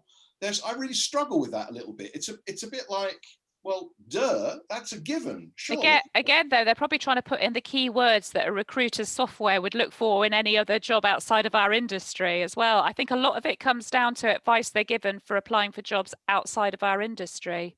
Maybe. Whereas we are just our own thing, really, in theatre. It's a unique situation, really, and that's why CVs are different in our industry, aren't they? Compared to, that's why we had to have whole bloody workshops on how to write CVs to get jobs at Sainsbury's this year. But no one knew how to do it. Maybe a bit of useful advice, because clearly, this is problematic, is we all remember people better that we've met. And whether we've met you on Zoom or whether we've met you in real life, we're bound to think of you first. So, I think, we used to say to students, contact a production manager or a company manager and ask if you can go meet them for a coffee for some careers advice. People in our industry are hugely generous with their time. I mean, look, look at this sequence of seminars that you've been running. People are massively generous. And that personal connection of meeting somebody means that when we get your cover letter and your CV, we're much more likely to think, oh, I remember Coral, I met her on a Zoom call. Oh, that's right. So it just works differently. So use those networks. They're more important, I think, much more important. And that's not nepotism. And saying that, I'm very up for work experience if I can on a show. So the the last few years, I've always had somebody on work experience or placement for a week on, say, like, call them a rehearsal runner, you know, if we can, pay them some expenses, all that sort of stuff, you know, whether it's just attached to stage management team or across the board. But they've always said it's been really useful because they've met the whole team, they've met, you know, the light designing team, stage management team, the director, you know, whether it's buying teas and coffees or running to go and buy props or whatever. But I think that's a really important way to get in. And just keep writing for those things and just try and find out what's happened before and write in, because, you know, I'd normally have one on the show now, but because of COVID, we sort of can't. But, you know, there's somebody from GSA I had the last 2 shows I did. He's brilliant. And if I could give her a job in ASM, I would. But there isn't one at the moment, you know what I mean? But I think that's a really good thing as well. I think work experience is like sort of underrated, but I think it's really important, or work placement, whatever you want to call it. But and I think a lot of people like me are very happy to have somebody, it's not the whole rehearsal period, but if you can bring them in the last week where you need more help, or, you know, I'm not saying there's a, you know, an underdog work, it's still work placement, but I did that when I was at college and it's invaluable. And it gave me one of my first jobs, you know. I did work experience at the Royal Exchange when I was at GSA. And about a year later, I got 2 ASM jobs there just because they were very good at giving people, you know, I must have sort of been okay, but also they're very good at taking people from work placement, and I think that should still happen. I think we shouldn't forget that. I think it's really important. Anyway, you know. Build your network. That's what's important. Absolutely. And just keep pestering, because I've got emails on my phone and, you know, you get names going, I'm like, oh yeah, forgot about them. Oh God, what are you doing? You know, because it might be that moment where you're like, actually, there might be a point at this time to give someone a chance, or might be work experience or ASM on a big show. You know, who knows? But you just think, just keep pestering away. And if you're passionate enough and want to do it, you'll do that. And you just knock on doors and keep knocking, and they will open. Yeah. And remember that a no is just a no. Then it's not. You could be a yes on the next show or the show after. Sometimes I have to say no because we just don't have the capacity, but I can say yes 6 months down the line. And just remember, as I thought as well, at least when we're actors, where you have to look right, sound right, be exact for the role. At least I have to be. You know, we have to be good at our jobs, but hopefully they have to look right. Or so, you know what I mean? You don't have to fit into that bubble, because rejection's very hard from whatever angle of business you're in. But obviously casting is very different. But I think we're in a much better position to be employed for who we are and personality-wise. And, you know, we have less restrictions on, you know, us as people, you know, as long as we're nice people and good at our jobs. But we're not in that frame where, as a cast member, I don't know how they do it, talking about rejection. You know, that day you don't look right, whereas it's not really about that for us. So hang on to that as well. And, you know, I think just keep plugging away is my thing, and you will get there if you really, really want it. Perfect. Well, we literally have 3 minutes left now, but I have one final question, and it was a live submitted question as well. And it was a question we had submitted as well. It was all about advice, and where, if you were in the shoes of our student and graduate audience right now, what kind of advice would you want? What kind of advice would you want to be given? Do you know what I mean? Does that make sense? Like, what advice would you want if you as a student and graduate? Bit of a tough question, bit of a tough cookie, but yes, Paul. Let's go with Paul. We've got 3 minutes. I think in these times is harder than any other year as a graduate to try and come into the business. It's hard enough for everyone in the business anyway. So, but I would just say, like I just said, if you're passionate about what you want to do, just send out letters. If there's jobs, apply for everything. Try and be inventive with your applications. Don't be too pushy. Don't, you know, be a bit adaptable. You know, don't think that I, you know, necessarily want to fit into the West End or a big commercial touring show. There's loads of theatres in the country you can go and work at, and you learn a lot. Wherever you start off, you'll learn, and don't be afraid of still learning once you leave college. That's all I say. I learned so much doing all sorts of different shows, tiny jobs, bigger jobs, different roles, and I think it's really important to carry on learning once you've left. And don't be afraid to knock on doors and ask for advice. And, you know, groups like this are amazing. So that's my advice. And also, just make sure you enjoy what you do, because if you don't enjoy it, there's no point doing it. And I'm luckily still enjoying it I don't know, 30 years on next year. So that's my piece of advice. And if you really want it, it'll happen. And we're all here to try and make it help and work. So knock on our doors, you know. Antonia? Work hard, learn lots. Everything happens for a reason. Don't get too disappointed if you don't get a job because it wasn't the right job for you. There'll be another job. There'll be another job coming. You're in it. It's a marathon, not a sprint. I love that. Mark? Yeah, I couldn't better what Antonia's just said. I would absolutely agree with that. That's absolutely spot on. And also picking back up on something Antonia said earlier about that being nice to people. I think we are only as we can. The only thing we can bank on is our professional reputation. So I think it's really important that every day is an opportunity to try to not be a dick. That's my top bit of advice. Every day, try not to be a dick. I love and that. Hopefully we build good, solid reputations and people say, oh yeah, Mark Shayle, I remember him. Bit of a dick. No, listen, right. we all have our bad days, but the four of us have got away with it for so long and we're still here. So you know what I mean? I've been a dick someday, but hey. Ali?